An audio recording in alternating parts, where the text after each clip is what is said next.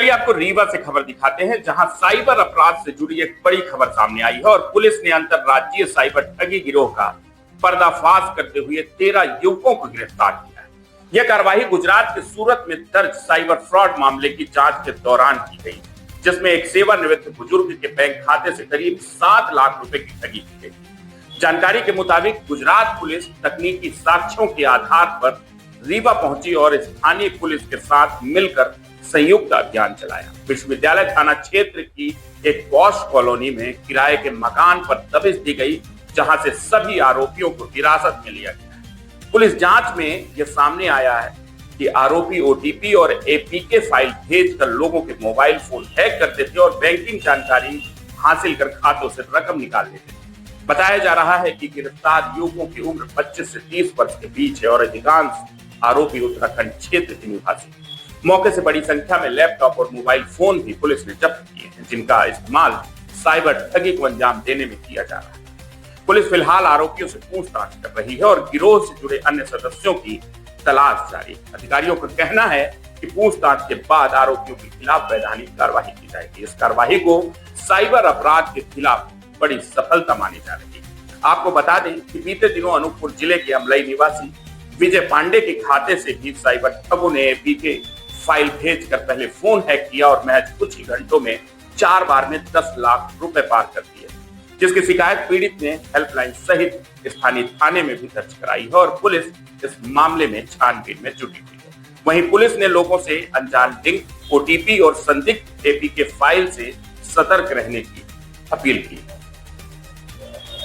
में गुजरात से सूरत crime branch की टीम रीवा आई, पुलिस अधीक्षक रीवा और वरिष्ठ अधिकारियों के मार्गदर्शन में लोकल पुलिस की सहायता से उस प्रकरण की तहकीकात की गई।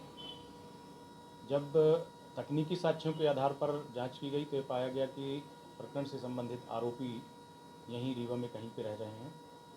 वास्तव में सूरत में दिसंबर 2025 में एक मामला होता है जिसमें एक रिटायर व्यक्ति के पास ओटीपी और एपीके फाइल के माध्यम से लगभग उसके 7 लाख रुपए का अवैध रूप से आहरण कर लिया गया था, जिसमें सूरत में अपराध पंजीबद्ध किया गया था और क्राइम ब्रांच सूरत उसकी जांच कर रही थी। जांच के सिलसिले में जब इस तथ्य का संज्ञान मिला कि यहाँ पे कुछ आरोपी हैं टीम के साथ संलग्न होकर के, और आज शिल्पी उपवन से लगभग 13 संदिग्ध व्यक्तियों को हिरासत में लिया गया है।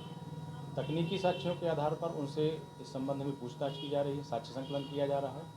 उनके कब्जे से काफ़ी संख्या में मोबाइल और लैपटॉप बरामद किए गए हैं। उनमें से तथ्यात्मक जानकारियों का संग्रहण, साक्ष्य संग्रहण किया जा रहा है। आए हुए साक्ष्यों के आधार पर उनकी अग्रिम वैधानिक कार्रवाई होगी। आरोपी गुजरात से रीवा कैसे पहुंचे, क्या वजह थी, क्यों आए रीवा? एक्चुअल में आरोपी गुजरात के नहीं हैं, ये अपने ठिकाने बदलते रहते हैं, कहीं किसी भी स्थान पर रह करके इस तरह के फ्रॉड को अंजाम देते हैं, क्योंकि तकनीकी रूप से करते हैं। जिस तरह से यहाँ के अपराधी कभी जामताड़ा से, कभी गुजरात से, कभी राजस्थान से पकड़े जाते हैं, वैसे ही गुजरात में जो जिनने काम किया उनका भी अपराधियों का ठिकाना यहाँ पे पता चला था, जिसमें इनको गिरफ्तार किया। कहाँ रह रहे थे? शिल्पी उपवन एक कॉलोनी है, वहाँ पे लोग एक किराए से घर लेकर के रह रहे थे। यहाँ कब से थे रीवा में वो लोग?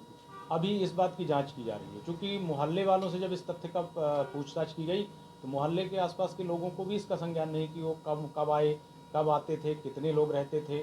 जब उन लोगों ने भी देखा कि 13 लोग थे तो उन लोगों को भी ये विश्वास नहीं हुआ कि बगल के घर में रह रहे थे। तो इस तरह से सारे तथ्यों के भी इसमें जांच की जाएगी। मकान मालिक ने उनकी सूचना क्यों नहीं दी, इस तरह से किराएदारों को कैसे रखे, इस बात की भी जांच की जाएगी। कुछ गाड़ी वगैरह कुछ है उनके पास? गाड़ियों में तो अभी एक मोटरसाइकिल का पता चला है, एक प्लेटिना मोटरसाइकिल का भी, और इसमें जांच की जाएगी। आरोपी सर यही है कि आरोपी अभी 13 लोगों को हिरासत में अपने पास ही रखा गया है। अभी जो गुजरात की टीम है वो अभी उसमें पूछताछ करेगी, हम लोग उसमें काम करेंगे, इसके बाद अग्रिम कार्रवाई। फ्रॉड किस तरह सर करते थे?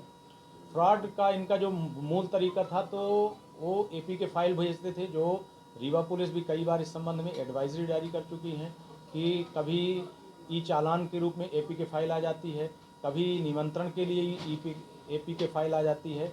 इसको डाउनलोड करने से हम लोग बचने का भी पूर्व में सलाह कई बार एडवाइजरी जारी करके दे चुके हैं। इसी तरह का फ्रॉड गुजरात में इन लोगों ने किया था।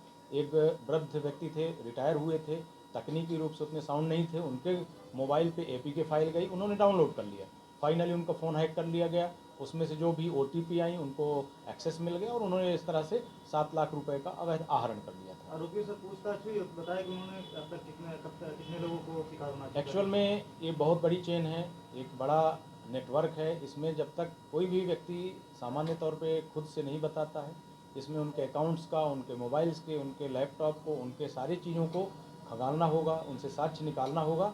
इसके बाद ये पता चल पाएगा कि इन लोगों ने अभी तक कितने लोगों का और कितनी राशि का फ्रॉड किया। कुछ दिन पहले चौराटा थाने में कुछ लोग गिरफ्तार थे, इनका कोई लिंक उनसे? नहीं, ये बिल्कुल अलग ही नेटवर्क है, इसमें भी काम होगा। रीवा की घटनाओं में कुछ उनका अभी तक ऐसा कोई सबूत रीवा से जुड़े घटनाओं पे नहीं है, फिर भी हम लोग इसकी तकनीकी रूप से जांच कर रहे हैं।